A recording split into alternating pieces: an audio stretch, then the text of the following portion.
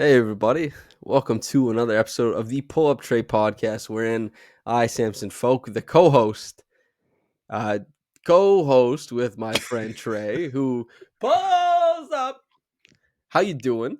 How does it feel to walk the fine line between bet- between the maligned media and the fan?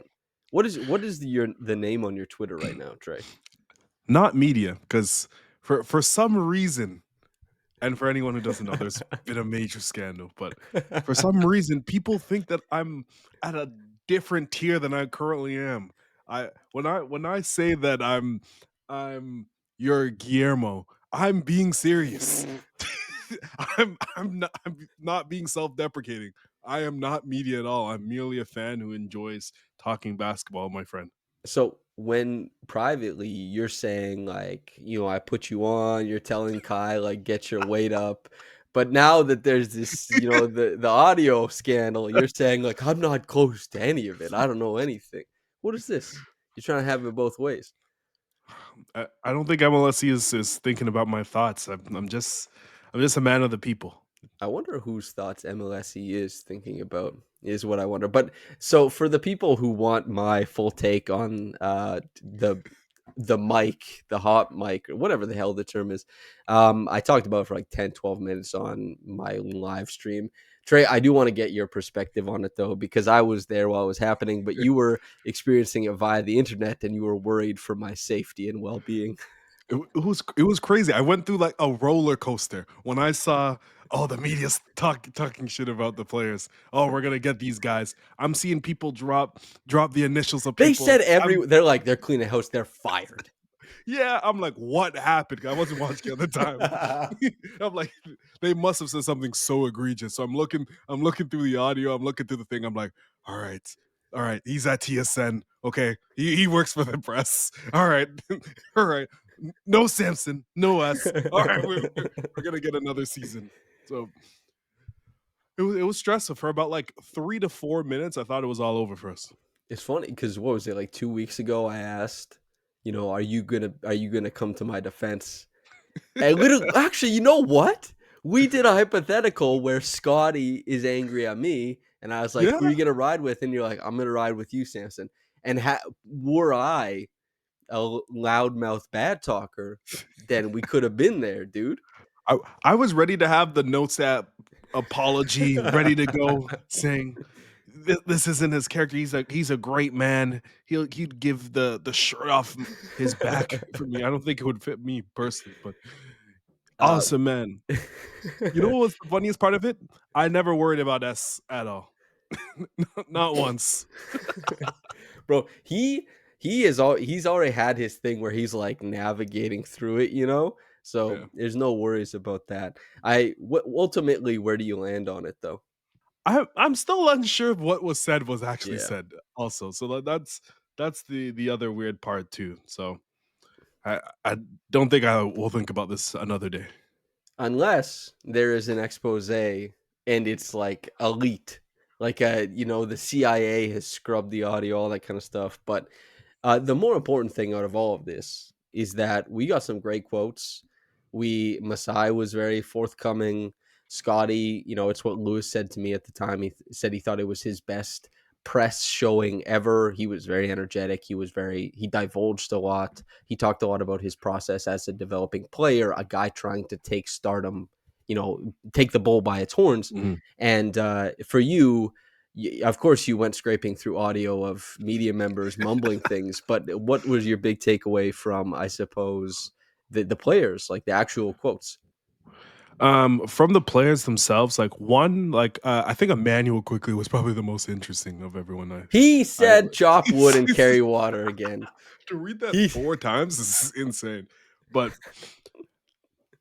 I think in a season where a lot of people came away disappointed, I would say he himself valued a lot of the things and certain steps that he made within his game, like especially like defensively. And when I did think about it, like towards the second half of the season, the defense did improve. It probably isn't to the reputation of him as has a Nick, but it's a clear sign like he prides himself on that.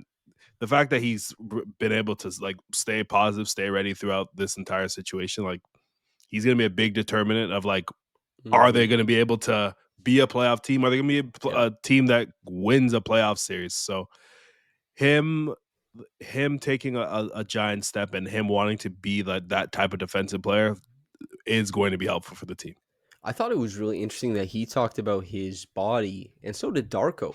Yeah. I thought that was because he's almost 26 now, and I understand everybody is Mm. constantly trying to improve their body, but that's what makes the commentary like a little bit interesting. It's like, well, everyone does this. Why did you pick it specifically? I know he's a slighter guard, but I didn't know that was top of mind for him to work through. Maybe he has visions of being a bully guard or something in the future because he has the height to profile as a larger guard, but he doesn't have the girth, let's say. I thought it was really when Yeah. I asked him about upping his 3 point volume, and he was talking about how he used the defensive side of the floor to kind of inform how he feels about himself as an offensive player. He was like, "These are the types of guards I hate guarding. These are the types of actions I don't Yeah. like, and I see how it positively affects the offense."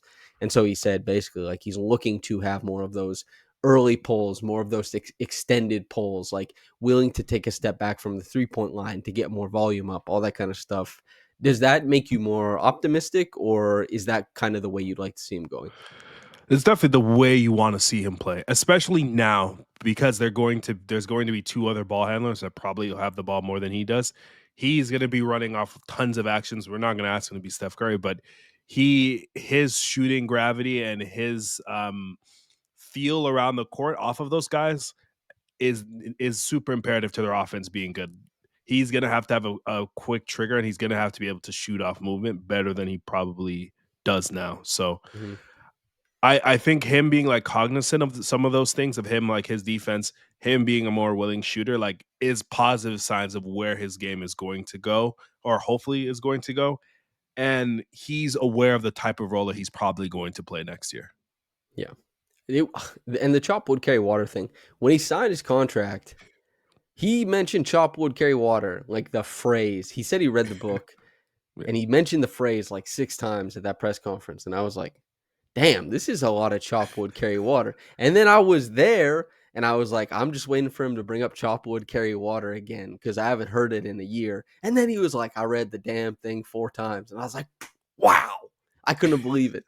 All the other media members were like kicking my chair. They're like, he read it again. There it is. I'm excited to see what it looks like with him as a more rapidly moving shooter. I think that would elevate things greatly. The extra, 3 point attempts going up in a game, I think, is huge for this team. And you said like you don't have to be Steph, and certainly you don't. But think about like Jimmy Butler and Steph run that play. It's basically like a pick and roll, like a small pick and roll into like blind pig.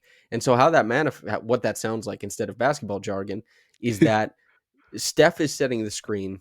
Jimmy takes it right, and Steph immediately sprints towards Draymond Green, who is effectively not spacing out to the corner because nobody cares about where he is as a shooter. So he comes and creeps up. Jimmy whips the ball to him, and Steph has already started sprinting off of him. And blind pig is, you don't throw it to the screener, but you throw it like it's like this big time flare play, basically. And that got Steph so open, and it was Mhm. such a great secondary action out of a small pick and roll. And while Jimmy Butler isn't so small, Brandon Ingram can do this. Scottie Barnes can do this. Either one of Scottie or Brandon, like even let's say it's RJ Barrett or something like that. Yeah. You run Immanuel as the screener. RJ comes off to the right. If Scottie doesn't have that respect spacing to the corner and it's just whipping it to him, and suddenly he's in like a keeper situation or a handoff situation with Immanuel, they can get 2-on-1s. They Yeah. can get 1-on-1s. They can clear out sides. Like you could just steal stuff from what the Warriors do. And he's not Curry, but you can operate as some sort of, I guess, like facsimile. So Quickley, I mean, he's just such a talented shooter, and while you and I have always felt that the defense is a little overrated, he's not Yeah. bad. And Agreed. so you're an elite shooter, and you're not bad on defense, dude. You're starting in a great place. He also has a bunch of other things he can do, and he's not yet great at. But like, there's a lot of room to be fun for Emmanuel. Yeah. Yeah. It's definitely room there. And I think with him running those type of actions and playing more of an off-ball role, like for a guy of his shooting talent, like his passing ability is higher playing than most people in that Yeah. spot, which opens up a lot for guys like Scottie, guys like RJ, guys who like to get downhill. And when you look at the Raptors, they had such a hard time finishing at the rim because they one, a talent issue, and two, like some of the looks aren't as easy because they don't have anyone that really sets the table and really helps get allow people to get really easy buckets. And you kind of saw that as he played well and defenses played higher. You Scottie, RG's had some of their best games, especially from an efficiency standpoint, simply because the paint isn't packed. People have to come over to Immanuel Quickley, and if he is able to get downhill, that creates easy dump off opportunities for everybody around him. So I think he can do a lot of that from an off ball perspective without the pressure of having to be this lead guard, pick and roll ball handler that does this 20 times a game. Yeah.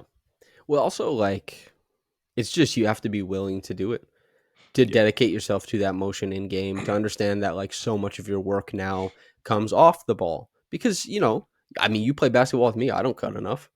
And I'm just a schlub. I'm not nearly the player that Immanuel Quickley is. Mind you, Savannah, nobody picked it up on the guy. Nobody picked it up on the hot mic. It's talking about me having a nice jump shot, and nobody mentions it. Can't believe it. Frankly, I mean, come on, dude. Um, Switching over to Scottie, we have, I think, a fun question from Goose, which relates into what was a lot of the talk from Masai, from Darko, and Scottie himself at the exit interview. Goose asks, "Do you think Scottie's at the point where he could make lineups with a big who is defensively challenged work?" I said, "Will do," long answer, but short answer, yes. And it would require some, like, a decent level of defenders elsewhere on the roster, but Scottie definitely can make up for a not super effective other front court player defensively. And so the numbers, like, with Jakob off the floor this year and Scottie on, the defensive rating is 60th percentile in the NBA. So that is definitely salvageable. But you get into the numbers and you realize that Jonathan Mogbo is kind of poking his head out there as well. Yeah. And I certainly would not describe Jonathan as a defensively challenged big. However, there are defensive challenges that come with playing Jonathan Mogbo, including trying to shore up the defensive rebounding, trying to do Mm-hmm. that kind of stuff. And for an example of this, Goose, Scottie helps that immensely with Jonathan Mogbo. Scottie by himself is really helping the Raptors secure defensive rebounds, and he helps keep Jonathan Mogbo on the floor defensively, where Jonathan Mogbo on the whole this year has actually not succeeded a whole bunch defensively per the on-offs. They give up too many offensive rebounds because we talked about this before. Yeah. He switches out, shots go up, there's not enough size towards him. And Scottie, as a large forward, not a big, almost by his lonesome, is really helping shore up that kind of stuff. So that's a testament to the unique type of defenses that he can help make work. And also the fact that, like, yes, he works with Jakob.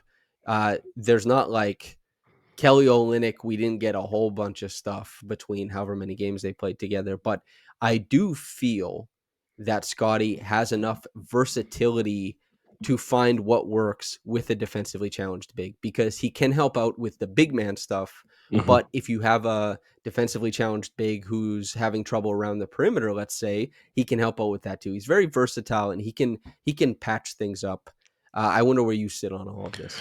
Yeah, I'm on the same page. Why I'm similar to what Masai said. I'm pretty like bullish on whatever pick they do get. But I think as long as they have a commitment to Scottie being like the low man in that defense and him being able to rotate and come off of his man and be able to blow up a lot of actions and also just provide extra like deterrence from the rim with his length. Like this year, the Raptors experimented a lot with him playing on the perimeter, sort of throwing him as a linchpin around the court and utilizing him against a lot of like the best wing players in the league. I think in a situation where you don't have a Jakob Pertl behind you, you probably don't want to have that. But if he's allowed to be that free safety, hang as the low man and be the guy that comes off of the tag when people are having this big, maybe Derik Queen in pick and roll situations, he is a tough guy to score over. and that would allow the Raptors defense to still be salvageable. And ideally, if that other big can rebound for his position well, then I think defensively you can still have an opportunity to be within the top 15 in the NBA. And hopefully that springs, hopefully what you're giving up defensively, you're getting that on the offensive side. He's just impressed us both a Yeah. whole bunch this year. I Yeah. mean, the coverage has reflected it all season. We've been like, damn, the defense has really come along. It started off really early in the year. You're looking at the film, and then the numbers started to say it as well too. And it's just right now it's coalesced into everything, and that's great when everything yells like, "Great, good job, you're Mhm. killing it."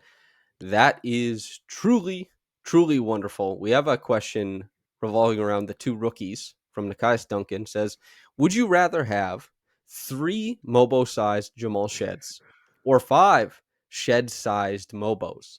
Is there and then also asking, is there a center in this year's class that speaks to you, or are you fine with Pirtle plus young depth? I know this fills a couple different things. 5 Shed-sized Mobos, okay, or 3 Mobo-sized Sheds. 5 is better than 3. I I will guess it's say. Do you say I guess? You know I damn well I it is. Yeah. I like you're looking at it in the most practical way, yeah, I guess. Well, that's 5 guards versus 3 bigs, basically, is what you're Yeah. saying. I w- let's use this. Well, I think like just if it's 3 versus 3, just to make the thing like Yeah. if Jamal Shed was the size of Jonathan Mobo, I think he would be unbelievable, dude. I Yeah. think I think he might have been an all-star this year, Yeah. dude. Like you just port Jamal Shed's skill set to Jonathan Mobo's body. Jamal dunked the ball like 5 times this year and he's 6 feet tall. Yep. What if he is 6'7" with arms that go up forever? You know, like I don't And know. then you keep that quickness and the playmaking together, and he shot the ball well. That's he'd be one of the best players on the team. Like I don't think it's much of a debate in the question. And to the second point, is there a center in this year's class that speaks to you, or are you fine with Pirtle plus young depth? I'll take this off the jump. I am fine with Pirtle and young depth. It doesn't have to be a big. Masai today said, we need a big, but that Mhm. doesn't necessarily mean that's who they select in the draft. He Yep. also said, you take the best player, the guy you think is going to be the best. And I don't know if I've actually ever encountered anyone who says you draft for fit. If Yeah. it feels like a hypothetical, it's just a straw man we all agree to say, but nobody or question. But I don't know if I've ever heard anyone say fit. Yeah. Have you? The only real time is like maybe like a point guard situation where they're both like ball handlers. Like you kind of saw that with like the Scoot Henderson Charlotte stuff, where the, there ended up being right. Brandon Miller was better, but the idea of That was having your two, perspective as well too. I thought you Miller was your second guy as well. yeah, but having two ball handlers makes it a bit tougher. That's the only real time I think you really can can think about fit, because even bigs, they if they're good enough, they make it work. Yeah, I guess like I see people say sometimes like we need a guy like this. Like this Yeah, is who we need on the roster. But usually they like that guy a lot too. So it seems more like it's dovetailing. I don't know if anyone would be like, could you get someone on record to be like, yes, I'm going to take the worst guy because he fits a little bit better. Like Trace Jackson Davis on a team that has no big versus whoever the hell great like yeah, Tumani Kamara or something like that. It's like we got a log jam on the wings. I don't know what to tell you. To that point, Masai said he likes this draft, that the Raptors do need a big, but he also said that one of the great tragedies of this season was when Ulrich injured or tore his MCL, and that he thought he's the hidden gem sitting there. You felt similarly. I had scouts message me because like if you were an Ulrich fan, you were a yeah, big fan of his game. You wanted everybody to know it. So I had scouts message me right after the Raptors drafted him, and they were like, "Yep, really like this guy. He's going to be incredible." And I don't think there's any evidence that he's going to be incredible because he's like putty right now, yeah, but that doesn't mean he won't be incredible. And as far as like people who get paid to do this and people who do this professionally saying, I've seen something like this before, I think it's going to come out in the wash. Great. And Masai, who got his start in scouting and the guy who has a lot of hits as a drafter. I mean, mhm. If he's saying it's Ulrich, then like great. That's important and good. Yeah. That's my perspective. I know you're more bullish on a certain chess piece in this in this draft. Like I agree with the same sentiment. Like there's best player available is the way to go here. And the Raptors have kind of put themselves in position with that big trade and the young guys that they have is where there isn't like a outward need like position wise. They just need to get better. It's more of a talent issue than necessarily like filling bodies for a particular archetype or position. With Orich, he was one of the more exciting things of the year for me. I wanted to go to 1,905 games. That was my goal for the second half of the season. He got hurt, which stinks. For me, I still look at him as having like the highest ceiling of the draft class. That doesn't mean he's going to be the best of those, Mhm. but I think he's the one where you can point out that he could be a starter on the team if everything breaks out and be a really good starter. Like in the G League, he blocked a million shots just due to his length and athleticism, and not necessarily having like the rotational awareness to be a pro level big. He just has those raw tools, so I think those can be harnessed. And the passing field, the passes that the Raptors do ask their bigs to make, if Orlando Robinson can do it, he can do it as well. And he made some of those in some of the minutes that he did have. But I am a very, very, very, very big Derik Queen fan. I think in terms of rebounding in their situation with his defense, like him and Scottie would work just fine because there would be plus rebounders both at their positions. Um, I think the Raptors have lacked a lot of like advantage creation and driving ability from their team, and he's a guy that can really put the ball on the floor. And as you can see, like when bigs are able to draw natural attention, it corrals more defenders than a guard would. And he also is a really good processor, a really good passer, and the Raptors love that out of their bigs. So from a fit standpoint and where they're going and how they like to play offensively, he fits the bill exactly to a T of what you'd want your center to be. So I if they get pick 7, they get pick 8, like I would run in and draft him immediately. Mobo is if you believe in any of the Mhm. Mobo numbers, if you believe in any of like the impact and stat sheet stuffing, he is a little bit of proof of concept that at least Queen, if in the offense, would amass numbers. Now, Yeah. numbers aren't everything, and it wouldn't be the same on the defensive end. I don't expect because Yeah. Mobo is, I think, far more impressive there. But the way that Mobo is just able to like process through things, keep the ball moving, like at least when he's playing as a big. Mobo as a wing is a whole other thing. You and I have discussed it many times. There's lots of coverage of Mobo on this channel, but mobile processing as a big is just like moving through stuff, keeping the ball moving, attacking the glass, getting push shots, like getting drop downs for dunks. It's like Derik Queen is able to provide a lot of that stuff, except he's far more dangerous with a live dribble and Mhm. the big time like passes that. Well, I guess that's what Ben Pfeiffer was tracking, the big time passes, right? It's you Yeah. told me it's similar to Pro Football Focus has a Yeah, they have thing. a stat called big time throw. Okay, so it basically works the same as that in that Ben Pfeiffer watches these prospects and then says like this pass was good as hell, dude. And Yeah. Derek Queen graded out great. So Ben Pfeiffer, whether you agree with like him as a scout or not, people have different ideas about anybody who scouts, but usually people can tell anybody if they're taking the time like this pass rocks. It probably does. He Yeah. grades out great there.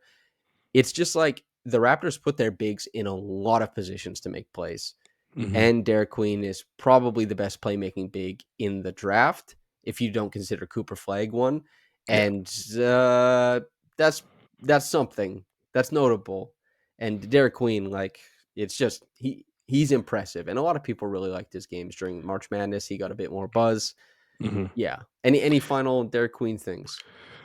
I just think he's great. Yeah, the touch I think bodes out well enough where I think he'll be able to space out to some degree. It doesn't necessarily need to be a 3, but I think just the Raptors, if they do draft a big in round 1, it slots in the easiest minutes wise for like the mass amount of rookies that they've drafted over the last 18 months or so, just because Here you those are minutes. arguing fit. There it is. He's We good. found it. I have him higher than 7. I have him higher than 7, but I think he's probably going to go anywhere from 7 to 10. But if you're replacing Orlando Robinson, Colin Castleton minutes with a guy who can put the ball on the floor, separate with space, post up in a lot of different actions, and you're throwing that around Grady Dick, Jacoby Walter, and a starter, maybe that's Scottie Barnes, maybe that's RJ Barrett. I think he'd have an impact immediately, and I think he would in a redraft, he'll be much higher than wherever the Raptors pick him. Yeah. Okay, so we have two questions basically around the similar thing. So Abdel says, if we get a pick between 3 and 8, are you looking for prospects with skills that the Raps are missing, standstill advantage creation, or prospects with skills that are potentially elite regardless if we have it on the roster already? CMB is a DHO hub plus defensive skill sets, for example. And then also from Camouflage asks, which, if any, player archetypes do you think rotation still lacks compared to the ideal version of itself? And which pathways would you use to go get those? For example, developing existing guys, signing cheaply, drafting high as core piece, drafting low as flyer, trading another player type 4. I'll say this much. So there is a very much, we've talked about it on like 4 podcasts by now, an archetype that the Raptors need. It's that Derik White type archetype. Yep. Now it can be Charizard version of Derik White, it could be Charmander version, however you want to slice it, to what end the efficacy goes, I don't know, but they do need that guy. And Jacoby Walter has potential to grow into that.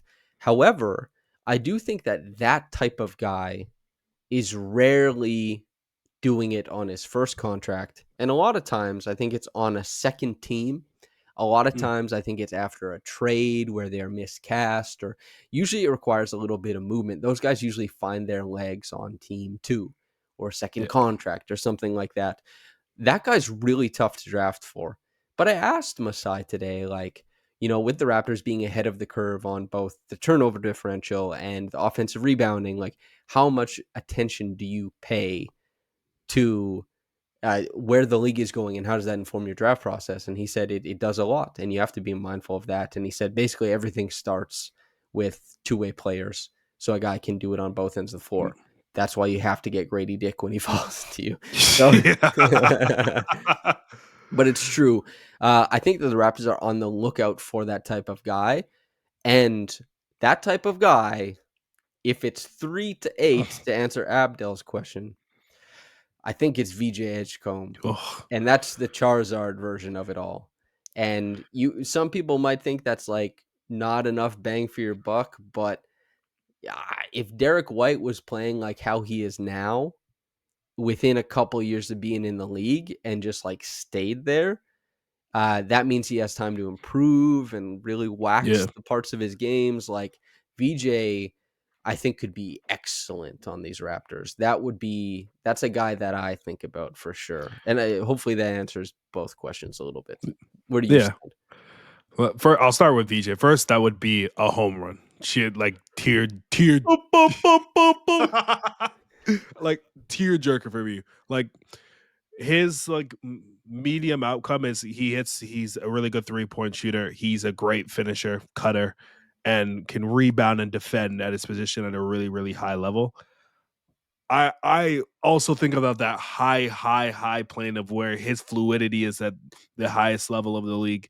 His athleticism, Derik White in his biggest dreams could never dunk or jump as high as this kid can. So Yeah.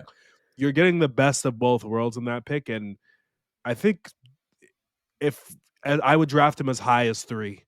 And I think that might be somewhat controversial because Ace Bailey is 6'10", obviously, and can shoot the piss out of the ball. But it's super hard to ignore a guy that can do a lot of things that like correlate to winning, and it could do it at rare athleticism. Yeah. And go ahead. No, you can go ahead. I was just gonna say the next archetype. You can go ahead. Well, I'd like to hear the next archetype. Actually, what's the next archetype? Like I've mentioned it all year. Like they need, although I think the big question with Darko and his style and the way that they play is it correlation or causation of like their lack of dribbling talent? Like obviously, like the ethos of the team is moving the ball. Everyone cut and create space for one another, but you see it in their clutch situations, and you see it when they aren't making shots. They have a hard time scoring in the half court because no one can dribble. Um, and right now, there's a guy from Oklahoma, that rare athlete also, who can really handle the ball at a high level and leads great offense when he does get the ball and put in positions. Like, I think, although like Immanuel Quickley and like the off ball stuff is nice, if he was able to set the table and get downhill, Scottie averages 20 a game this season and probably does it like somewhat efficiently, because you just manifesting much easier looks, and the Raptors had such a hard time. Like, if they were to draft Jeremiah Fears, like, over time, I would put the ball in his hands, allow him to operate as a pick and roll operator. And you saw that with in Oklahoma, where they didn't have the most talent on their team. They were still able to make the tournament because when you create advantages and you're able to get downhill, the low man has to rotate. And if you're turning those looks into Scottie having to stop probably 8 feet out and take a jump shot, to someone getting all the way down to the rim and Grady Dick is in the weak side corner. That's just much easier offense and easier to manifest and get good looks. That's why teams like Boston play much more simply, because they're It's easier shots. also it's flow offense as well.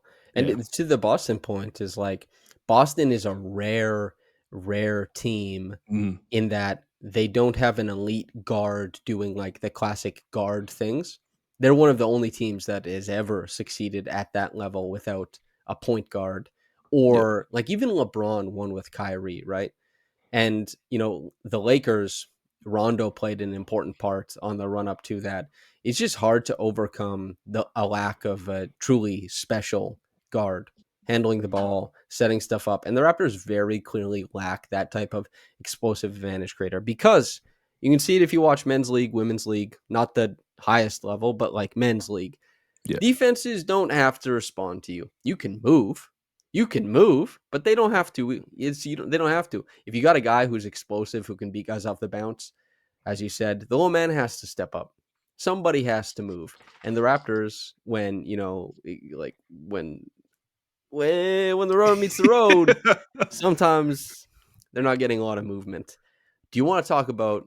And by the way, if you asked a mailbag question, we'll be getting to these over the next few weeks, because there's a lot of good ones, and there's a lot of like second Mhm. round prospect type ones. So we will be getting to them. Also, like the podcast. It's important. Also, is this even a podcast right now? We don't have our podcast going. Like, we're not able to, like, the podcast feed isn't working for us right now. A couple people have messaged me about that. I don't know what's happening. It will get fixed and we will be podcasters. But right now we're just YouTubers. How's it feel? Do you want to get into controversy? Does that you want Sure. to But anyway, the segue, movement shooter. The slickest, smoothest movement shooter in the draft, in after watching some, Tre Johnson. That's who we're talking about today. Tre, I'll get the stats, tallied up or whatever, but I'd like you to give me the elevator pitch, because you are a huge fan of this man's game. Yeah. Um, Another way to make up for a lack of ball handling is Yes. hidden shots, and he does this at a really really high plane. I think with Tre Johnson, he fits a lot of like what the Raptors are trying to do. They love to run off movement. They utilize their guys to aggressively force the defense to step up. And while they probably haven't had the shooting talent to warrant that, he's a guy that can do a lot of those stuff from the mid range, from several different shooting slots, and is able to also like use his dribble in times and frame to manifest space in ways that his burst doesn't necessarily like allow him to have. And like, he's really unique in that sense, where shooters tend to not be fairly physical, but he utilizes his frame fairly well to unlock his ability to get his shot off, and he does that everywhere around the court. That fits like kind of like one plane of star, and he plays in Arizona, but it's his shot making ability the fact that he was able to grade out as a high level shooter in every single shooting type with defenses running two at him goes to show his level of shot talent. And I think with the general question is, has obviously his bursts and obviously like his passing ability. The Raptors, like their passes are like fairly deliberate and it flows within the offense. Like a guy like Jacoby Walter can walk into 5 assists because that's how the In a offense quarter. operates. In a In the quarter, quarter.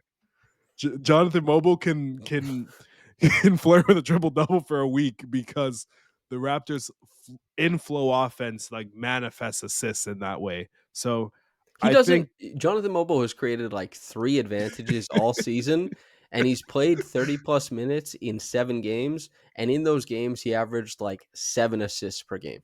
It's just exactly. make the read, move. Yeah, the Raptors consistently have something going on the weak side that opens up and allows you to like make easier plays. What they don't have is guys who hit shots in several different ways, and they've kind of forced Grady to do a lot of those stuff in a really hard situation that probably wasn't necessarily like fair to him as a second year player, but Tre Johnson is already doing that in Texas. So I I wouldn't worry about maybe like the conjunction that they would have at like the guard spot. His shooting talent is high enough where he can win minutes for himself and like wiggle his way into the rotation. It's not even necessarily a bad thing either to have like that traffic jam at this spot, because Yeah. next season it is like, Pokashevsky was a darling, but he never had it happen. Trey Mann has been interesting for the Hornets, but he couldn't cut it on the Thunder's Yeah. roster. The Thunder have had like 6 wings that people got excited about and forgot about, because it was like you got to prove it on a good team and you got to prove it Mhm. night in and night out. You and I are both huge fans of Grady's game, big fans of Jacoby's game. That competition is not bad. I Yeah. know like a lot of people like if it's your favorite player on Twitter, if you're a bit of a stan, you do want your guy to get 5 years of run. Like give him a little bit more roadway to try and figure it out. Mhm. It's too competitive in the league. And bringing in a guy like Tre Johnson is like, if Trey hits and everybody hits all at once, there's a world where that can all work. But if somebody falls to the wayside a little bit, then that's life. And Yeah. Trey, for anybody wondering, like he plays nearly 35 minutes a game, true freshman out of Texas, basically 20 points per game, nearly 3 assists, 3 boards. He's getting up 7 triples a game at just a smidge under 40%. He shoots just under 43% from the field, 87% from the line. You talked about his physicality. He gets there for 4 trips a game. He My God, you watch and he hit like it seemed half of his shots were 6 feet back of the line, Yeah. and he's like throwing that forearm shiver into a guy, backing up, Mhm. catching, banging it. There's motion shooting. He is, to my mind, now I don't think he's the best prospect in the draft class, but I think he's the most aesthetically pleasing. Watching him move is really Yeah. fun, really nice. He is smooth as hell, and that also feeds into, well, not like the most robust, most impressive driving game, pretty good, especially considering the level of shooter he is. There are concerns with Ace Bailey's lack of driving punch, although there are some great highlights of Ace driving out there. Mhm. Trey is certainly more willing to get into the thick of it, and his nose for contact. Everyone loves players who play into contact. I mean, Yeah. why wouldn't you? It's a great indicator, and that touch and finesse on top of it makes him project as like a super fun player. And Mhm. who was it? Raps VE. I'll go read the tweet. God, it was a good tweet. There's nothing more fun than having people who actually, and so thank you to listeners. There's nothing Yeah. more fun than having people who care about what you think. I love when people participate in the lore of the podcast and like give a shit. It's such a nice thing. And what did I tweet? Going live, and then I went and talked to Raps VE, says, when am I going to hear Josh's opinion on Tre Johnson? That specific thing is what's making me excited for the pod with him regarding draft prospects. I have him third on my board. I'm glad you really like Tre Johnson. That the Josh podcast is still up in the air. Listen, I'm Mm. the only man here who this is my actual job. I live a little farcical little life. Tre, I said it on last podcast. He's a man with a business who hires black men and pays black men, and and Josh also is a grown professional. So we're trying to make everything work. These guys are already so gracious, giving me their time. If anyone's been looking from the outside, basically everything good that's happened in my career is just me talking to friends. I don't know if anyone's picked up on that or not yet. So yes, we all like Tre Johnson. The Tre Johnson stuff is like, we'll see, but yes, Josh does like Tre Johnson a lot. Mhm. Anything you want to add there, Tre? I think with Tre Johnson, like they were to draft him, I'd be like fairly excited because the ceiling that he has is probably top 3, top 4 in the draft. And the Raptors have looked for players in the last few years that fit within the cog of their offense. And I think one of the reasons why they do struggle, they have no one that actually tries to grab like the bull by the horns, as Masai said. And Tre Johnson does that. He's a guy that will sometimes, like to a detriment, like not care about the flow of the offense and try to hit shots. And he did that in his freshman year. So he would be one of the more exciting players the Raptors have had in a really long time. The Raptors need an offensive rebel. Yeah. Break from it a little bit. Although maybe we might not feel this way after watching 60 games of Brandon Ingram. Fair Like enough. Brandon Ingram very well could just be that. Like you actually watch like a lot of the shot making that Tre Johnson has, and you say, oh, like this is a guy who loves getting to the jumper, is comfortable taking that jumper in a lot of places. That's also Brandon Ingram. Only, and this is Derik Queen and Brandon Ingram and goddamn Kevin Garnett. You know that video that's been floating around? How Kevin Garnett, they're like, why do you keep taking the step in? You like, it's so funny watching him put his toe on the 3-point line repeatedly. He just loved swinging that right foot in. I couldn't believe it. And Queen is also like, he's like, hell yeah, dude, I'm gonna take the 19.8-inch footer. And but yeah, they need a shooter. And Yeah. Tre Johnson, I'll say it, because when we were talking about Ace Bailey, we were talking about how impressive the stats were. However, if I'm a betting man, the best shooter to me is Tre I can see that. in the class. I also want to Yeah. ask. You said he has like a top 4 ceiling. Who is that top 4 for you? I think that's Cooper Flag, Dylan Harper, VJ Edgecombe, and then Tre Johnson. Where would you rank Cooper Flag if he did the Steve Nash and he was like, I wanted to be black? Would that 45th overall. I do, yeah. That's how you know Steve and LeBron are older. Like they come from the age where people are like, nice. Yeah. You get a little Always bit younger. always knew you were down, Steve. You get a little bit younger and you're like, bro, what? Yeah. Very funny. What do you make of Tre's defense? We're like 13 minutes in. We I haven't know. said a thing about it. He It's loves physicality. How does he bring it on the other end? I think he has the frame to be good. I think what you see defensively is like he has some like he could be a team defender and not like tank your defense, but like the lack of burst that he kind of has offensively and why he takes so much shots, you see it on the defensive end as well. And um he's gonna have to be a guy that you're not hiding, but you're not putting him on one of the top ball handlers on your team. You wouldn't want him to guard the ball. You're probably having him guard an off ball player that and stay within the structure of the team and hope Scottie Barnes blocks the shot. This is where I really like watching Tre Johnson play. Yeah. And he's going to be a good NBA player. I'm certain of it.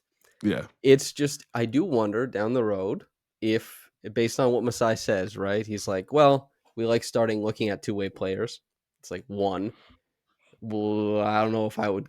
Tre could definitely, he can do things defensively at the collegiate level. I just don't know if I'm all in on him being able to do them a bunch at the NBA level, or that he has the want. Mhm. But again, it's college. Like Jacoby, you plucked it out.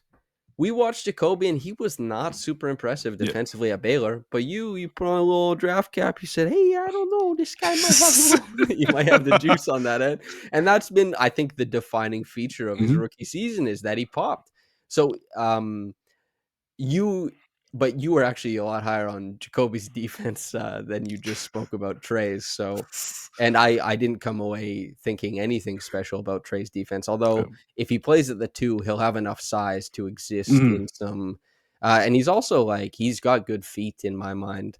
I think he's like pretty slick. Now I haven't seen too much of him like navigating screens and all that kind of stuff, but man, he can hoop. He Yep. really can. He can really get after it. He's a very fun prospect. I'd love to watch him. And the Raptors could, don't you like teams who just have a glut of like guards who can like Yeah. put the ball in the bucket, and having potentially Grady and Tre off the bench would, I think, be extremely fun. Like there'd be a lot of dynamism there. Yeah. I've never watched the Laker game and see Austin Reeves put the ball in the net and go, oh man, they got too many of these guys. Hooper Major right there. I don't like Austin. I don't I like said that. I said that for you. and the thing is, he helped me win that fantasy championship, Oh baby. Baker was man. talking about some Jalen Brunson. Get out of here. But yeah, Austin Reeves, much to my chagrin, I can really dislike his game, but I can't deny.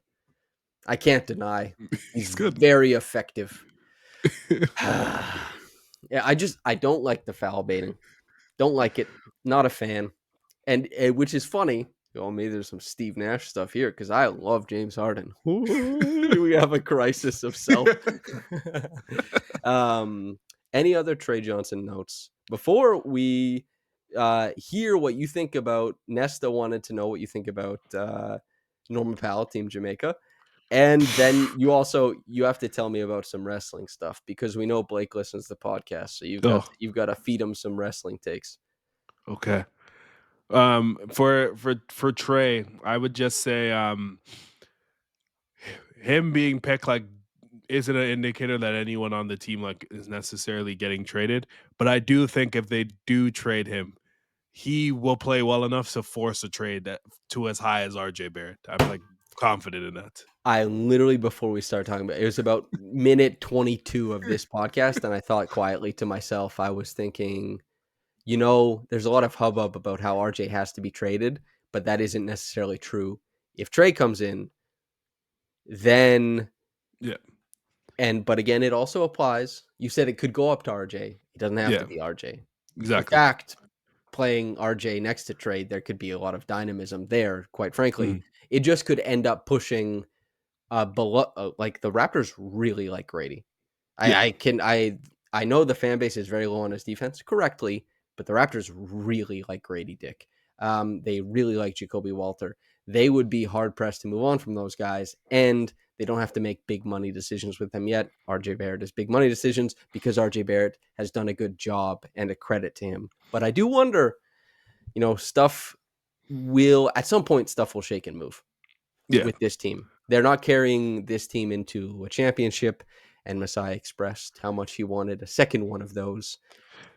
I mean, what did you think about that, by the way? Did you see what he said about the Yeah, championship? it's super depressing because you never know when that you'll ever get another opportunity of that, and that situation was taken like that moment was taken away from him. So, and I forgot that happened. So when he said, I was like, man, if the Raptors were to win another title, that would be so special, and he should be the first person that touches the trophy.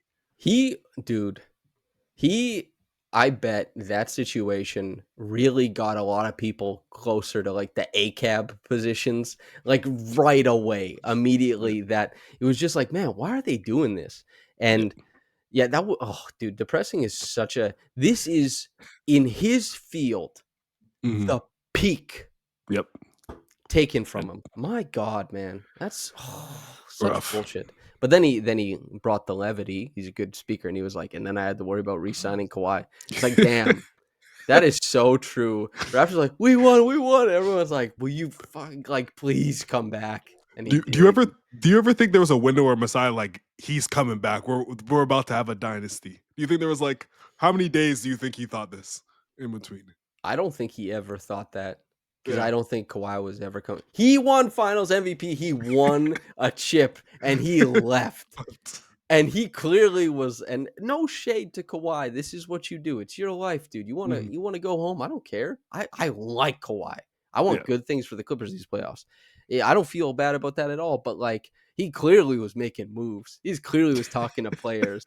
Like all Yeah. of a sudden, this Paul George thing has materialized. We're gonna learn in 7 years because Paul's gonna have the #1 podcast, and we're gonna hear him be like, "Yeah, we were talking about this. Like, we 100% were circumventing whatever rules." But I don't think Kawhi was ever coming back, man. Yeah. They fulfilled every possible thing you could want, The highest outcome, yeah.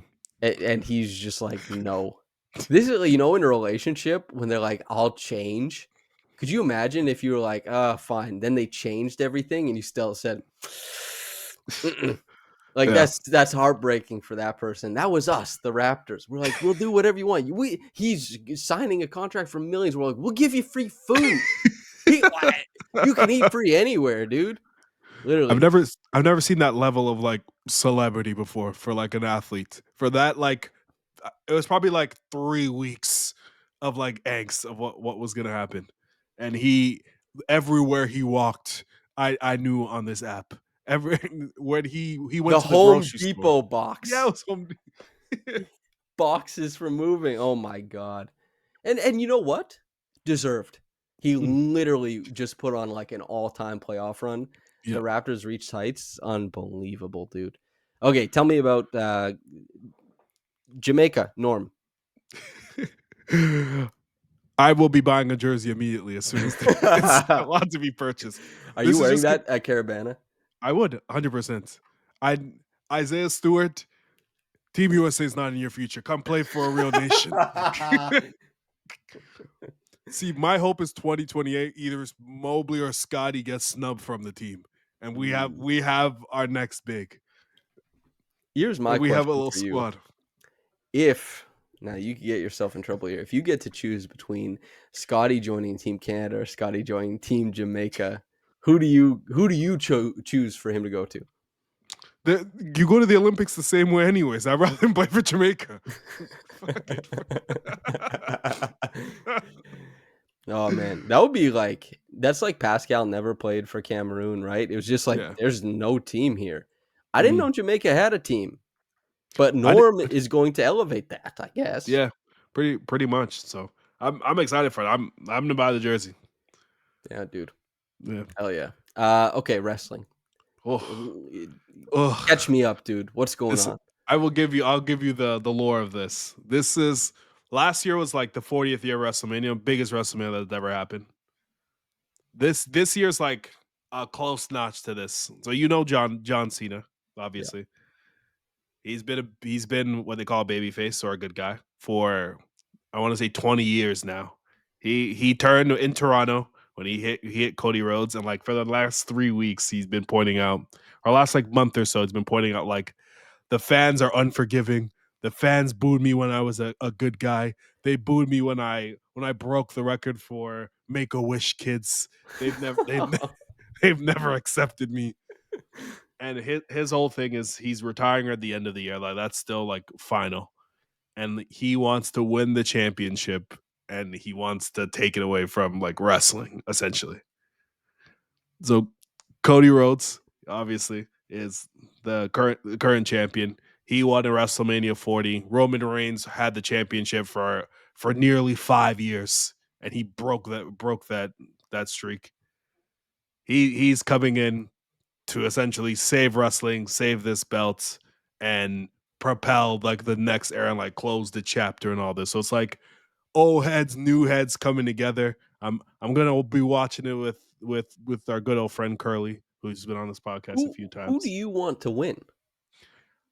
I think it makes more sense for the bad guy to win. It's the same thing like Endgame. Like if you stop Thanos immediately in the first movie, like there's no second movie. So I think he has to win. Oh, I also forgot if he wins, he breaks the record for most championships ever. The So way so from my perspective, the greatest wrestler ever is like the guys who have the most memes about them. And so The Rock and John Cena, like fair as enough. someone who doesn't watch wrestling, they've touched my life with humor. Mhm. That prank phone call with the John Cena is like all time to me. But also, I watched Kevin Owens, who I guess is injured now, and he Yeah. gave his life to the game. But in that same fight, Cody Rhodes gave his life to the game. And I Mhm. really respect that. I like that the storytelling I don't care about. It's Yeah. the mayhem of I can't believe these guys are doing this. I but from my outside perspective, it seems like the satisfying story is for Cena. Yeah. That makes sense to me. Yeah, he has to win, he has to break the record, and then he goes on his retirement tour. It seems like he's not gonna lose, he's gonna retire the belt, and then you make Cody win and then, like, save wrestling. That makes the most sense to me. But, like, there's other, like, plot points, like, there, like The Rock. See, John Cena's, like, been appointed as, like, The I saw that Rock's, video. Yeah, yeah. yeah, champion. So, like, who knows how he's gonna come and play, and they announced, like, a few hours ago, Travis Scott's gonna be there. And, like, Yeah, wait, isn't he the one who like gave the yeah. guy like busted his eardrum or whatever? Yeah, like he was supposed to do like a fake punch, and then he punched Cody Rhodes right in his eardrum. Jackass, dude. Just a complete and total jackass, man. And he just fucked the whole thing up, and like Cody's literal face bruised up for like a couple weeks, but You can't do that. He just walked in there. Like I it's this just bothers me actually. He just walked in there. These guys are professionals. They all know what it is. And he went in there, he busted his eardrum. He'll never listen to music the same way again. jeez. I'm not looking forward to hearing Fiend 8 million times on Sunday, but We'll see AB in the um that's a podcast, probably, right? yeah. All right. Anything you want to say before we get out of here? This is our third season. Like, getting through. This is your what third year on the beat now In person, yeah. in person. So super happy for you. Super happy that we get to do this and get through another season. It's been super cool. For a minute there, it looked like we weren't going to have another season. But super happy you got through the year, and congratulations to you. Thanks. Yeah, I don't know. Like just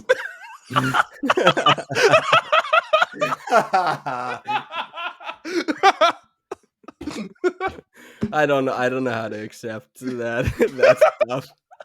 If anybody got to see how Trey and I talk to each other, He doesn't. this this is a change of pace. This is certainly a change of pace.